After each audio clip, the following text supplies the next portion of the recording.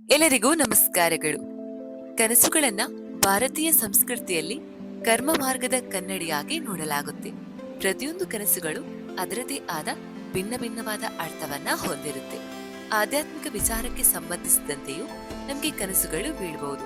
ಅಂತಹ ಆಧ್ಯಾತ್ಮಿಕ ಮಹತ್ವವುಳ್ಳ ಕನಸುಗಳಲ್ಲಿ ದೇವಾಲಯಗಳ ಕನಸುಗಳು ಕೂಡ ಒಂದು. ಪದೇ ಪದೇ ನಾವು ನಮ್ಮ ಕನಸಿನಲ್ಲಿ ದೇವಾಲಯಗಳನ್ನ ನೋಡಿದ್ರೆ ಅದನ್ನು ಕೇವಲ ಕಾಕತಾಳೀಯವೆಂದು ಅಲ್ಲಗೆಳೆಯಲು ಸಾಧ್ಯವಿಲ್ಲ. ದೇವಾಲಯಗಳ ಕನಸುಗಳು ನಮಗೆ ಇಂದಿನ ಜನ್ಮದ ಕಾರ್ಯಗಳನ್ನ, ವೈಯಕ್ತಿಕ ಬೆಳವಣಿಗೆಯನ್ನ, ಆತ್ಮಕ್ಕೆ ಸಂಬಂಧಿಸಿದ ವಿಚಾರಗಳ ಕುರಿತು ಸಂದೇಶವನ್ನ ನೀಡುತ್ತೆ. ದೇವಾಲಯಕ್ಕೆ ಸಂಬಂಧಿಸಿದ ಕನಸುಗಳು ಬಿದ್ದರೆ ಅದು ನಮಗೆ ಏನನ್ನ ಸೂಚಿಸುತ್ತೆ ಎಂಬುದನ್ನ ತಿಳಿದುಕೊಳ್ಳೋಣ. ಇಂದಿನ ಜನ್ಮದ ಕರ್ಮ.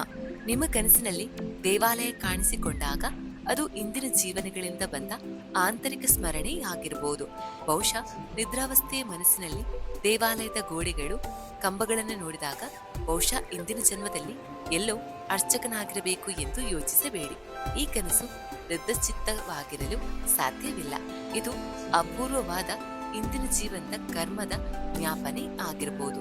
ಇಂದಿನ ಜನ್ಮದ ಕರ್ಮವನ್ನ ಸಾಧ್ಯವಾದಷ್ಟು ಬೇಗ ಪೂರೈಸಿಕೊಳ್ಬೇಕು ಎಂಬುದು ಈ ಕನಸಿನ ಅರ್ಥ. ಆಧ್ಯಾತ್ಮಿಕ ಜಾಗೃತಿ.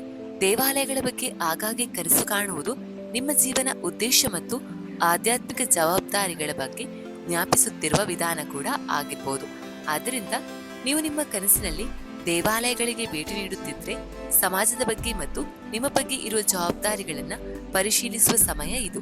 ಸತ್ಯ, ಒಳ್ಳೆಯ ಕರ್ಮ ಮತ್ತು ನೈತಿಕತೆ ಜೀವನದೊಂದಿಗೆ ನೀವು ಮರುಜೋಡಣೆ ಮಾಡಬೇಕಾದ ಅಡ್ಡಹಾದಿಯನ್ನ ನೀವು ಎದುರಿಸುತ್ತಿರುವಾಗ ಈ ಕನಸುಗಳು ಸಂಭವಿಸಬಹುದು. ಪೂರ್ವ ಜನ್ಮದ ಕರ್ಮ ಕಳೆಯುವ ಸೂಚನೆ.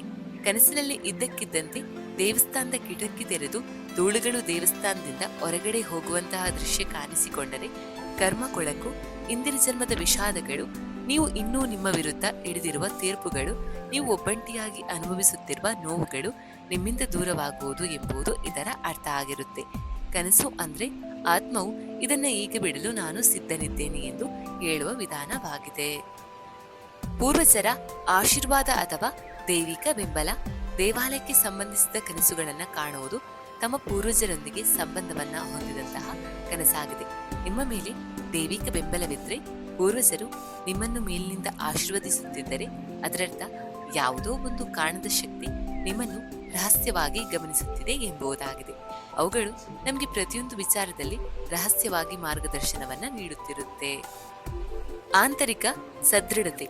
ದೇವಾಲಯದ ಬಾಗಿಲಿನ ಮುಂದೆ ನೀವು ನಿಂತಿರುವಂತೆ ಕನಸು ನೋಡಿದ್ರೆ ಜೀವನವು ಇತ್ತೀಚಿನ ದಿನಗಳಲ್ಲಿ ಉತ್ತರಕ್ಕಿಂತ ಹೆಚ್ಚು ಪ್ರಶ್ನೆಗಳನ್ನೇ ಹುಟ್ಟುಹಾಕುತ್ತಿದೆ ಎಂಬುದರ ಸೂಚನೆಯಾಗಿರಬಹುದು.